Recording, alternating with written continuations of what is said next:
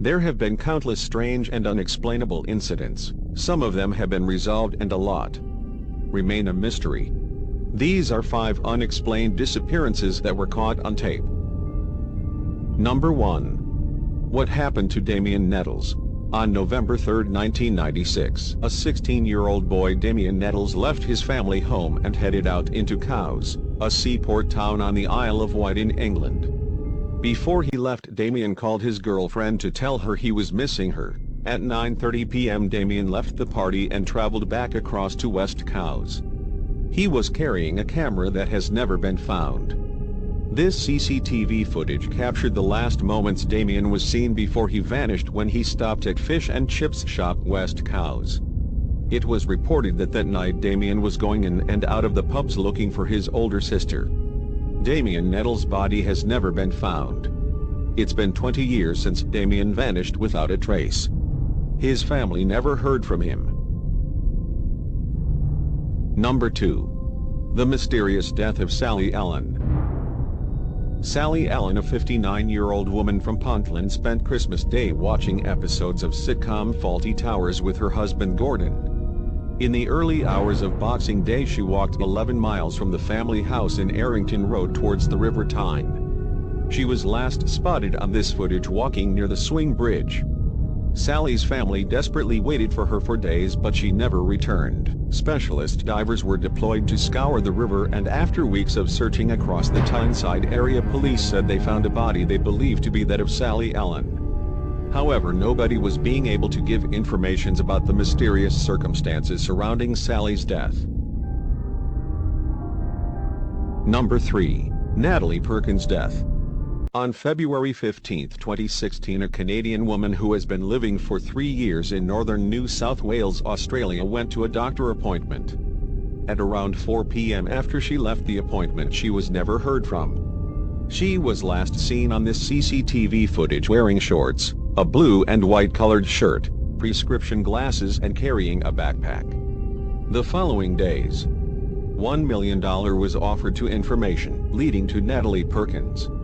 On Wednesday, March 2nd, police said they discovered a body of a woman who was believed to be that of Mrs. Perkins near Wordsworth Street and Somerset Street in Byron Bay, and described her death as suspicious.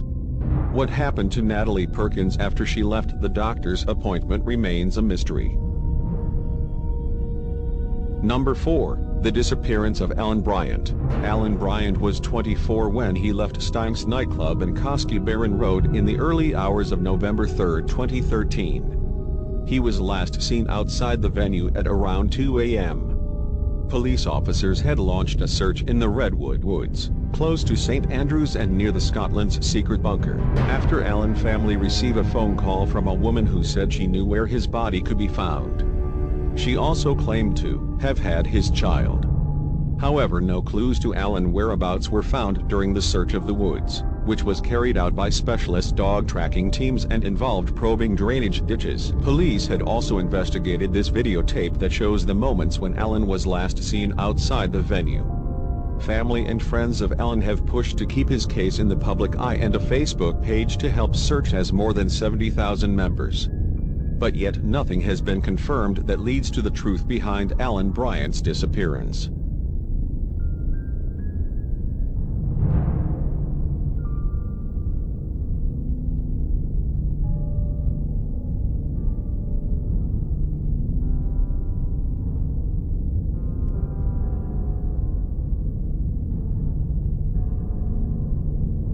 Number 5. The strange death of Elisa Lam. Elisa Lam was a Canadian student at the University of British Columbia. She left her home in January 2013 for a trip to California, which she called her West Coast tour on her blog. On January 26, she arrived in Los Angeles and checked into the notorious Cecil Hotel near downtown Skid Row. The Cecil Hotel was built on 1920s. Several of Los Angeles's more notable killings have happened at or have connections to the hotel. In 1964, a woman was raped and murdered in her room at the Cecil. Serial killers Jackie Terwilliger and Richard Ramirez resided at the Cecil before while active. There have been also suicides. On January 31, 2013, Elisa planned to leave the hotel. That was the day her family did not hear from her. Hotel staff and police spent days checking everywhere in the hotel looking unsuccessfully for her. The following week, this elevator video had emerged in which Elisa appears to enter the elevator. She walks up to the control panel.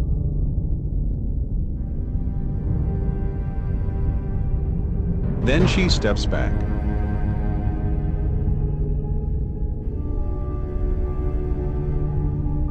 After a few seconds, she leans forward, looks in both directions, then steps back in. The door still open.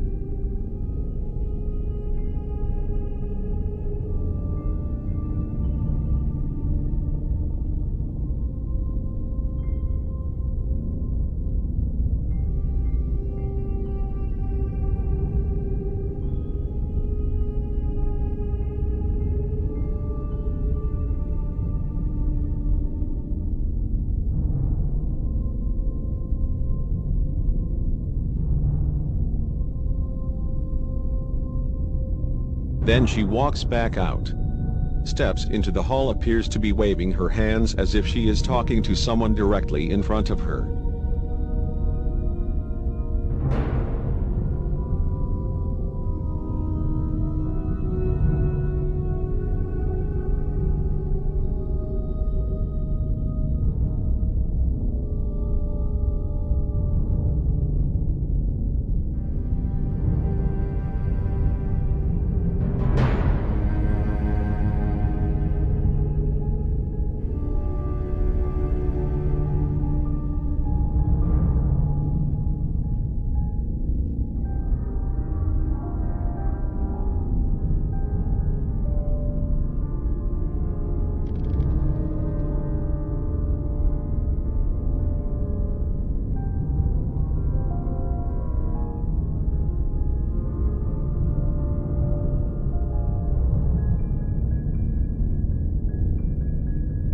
Then she walks away and the door finally closed.